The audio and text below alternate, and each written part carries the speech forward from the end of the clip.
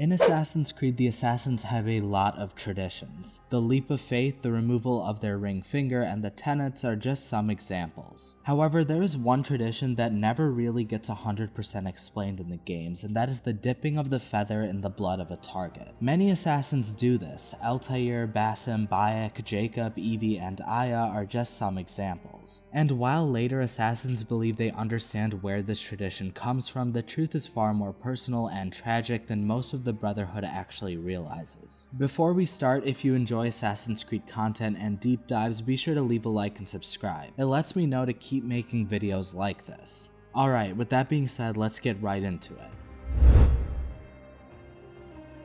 In Assassin's Creed Mirage, an assassin explains that this tradition began in Egypt. Our tradition of the feather comes from Egypt. They represent the feathers of Ma'at.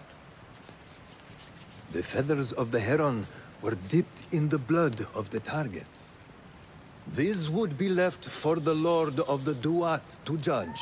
According to him, feathers were dipped into the blood of targets so the Egyptian deity Ma'at could judge them. Sorry if I'm not saying it correctly, I'm just saying it how he said it in-game. In Egyptian belief, Ma'at was the goddess who upheld cosmic balance, such as truth, justice, and order, preventing the world from collapsing back into chaos. After death, a person's heart, believed to house the soul, was weighed in the duat against Ma'at's feather. If the heart was lighter than or equal to the feather, the soul was allowed to pass on to the field of reeds. If it was heavier, the soul was condemned to remain in the duat. When you look at it this way, the assassin feather ritual makes sense. Given that Bayek and Aya were both deeply religious, this explanation aligns well with their beliefs. However, this is only half the story. After all, the ceremony doesn't actually require the feather to be dipped in the blood of the deceased. Well, maybe it's just a way for assassins to verify if the target is truly dead, and yeah, I guess that makes sense. But why do Bayek and Aya do this? What made them take a feather and physically dip it into the blood of their targets, even before the hidden ones are formed? To answer this, we have to look beyond the games and into the Origins prequel novel Desert Oath. It is quite a tragic personal story for them, and it's tied to Bayek's first ever kill. When Bayek and Aya were teenagers, Bayek's father left Siwa for some reason. Bayek would leave to go find his father and leave Aya behind, though she would soon follow. Along the way, Bayek encountered a young boy named Tuta, 5 years younger than him.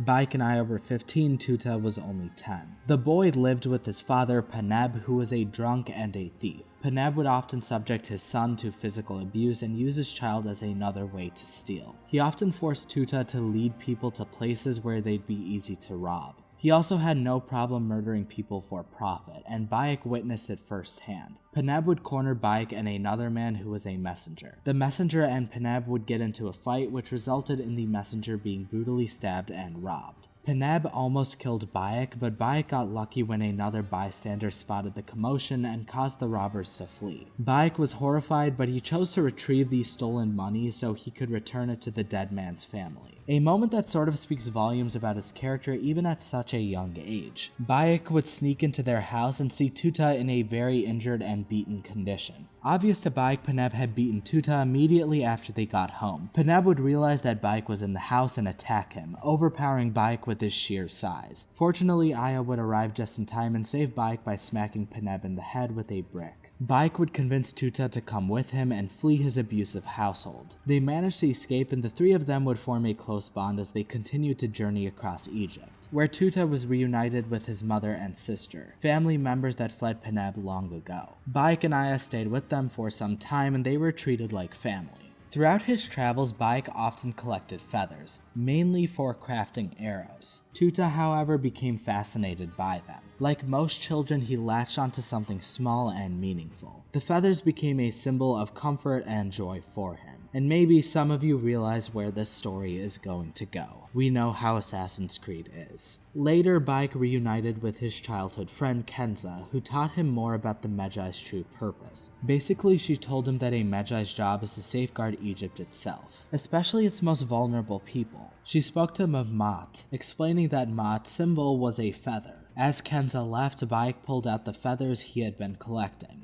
I think this is supposed to symbolize that Bayek had been following this path long before he fully understood it, and that he was indeed fit to be a Magi. And this also ties back into what we discussed earlier. So anyways, getting back to Tuta, eventually Tuta's father would track him down and confront him. Paneb was extremely drunk and angry. He would yell and berate his son. He demanded to know where the rest of his family was. Tuta would lie and say they weren't here, but Paneb could see through it, and in a moment of rage he would stab his own son and flee the scene. Bayek would eventually find Tuta minutes later and ask him who did this. Tuta would tell him and told Bayek to protect his family. Bayek's friend died in his hands, and Bayek, overwhelmed with emotions and without thinking, would take a feather from his pouch. The feathers his friend loved and pressed it into Tuta's bloody shirt, making a promise to him. He would protect Tuta's family. Bayek then tracked Paneb down, and after a brief fight, Bayek was victorious. When it was over, Bayek took the same feather, now stained with his friend's blood, and dipped it into Paneb's blood, acknowledging that the oath had been fulfilled. This was the first true use of the assassin feather tradition. After this, Bayek would continue to carry feathers, often holding one by the fire at night to remember his fallen friend.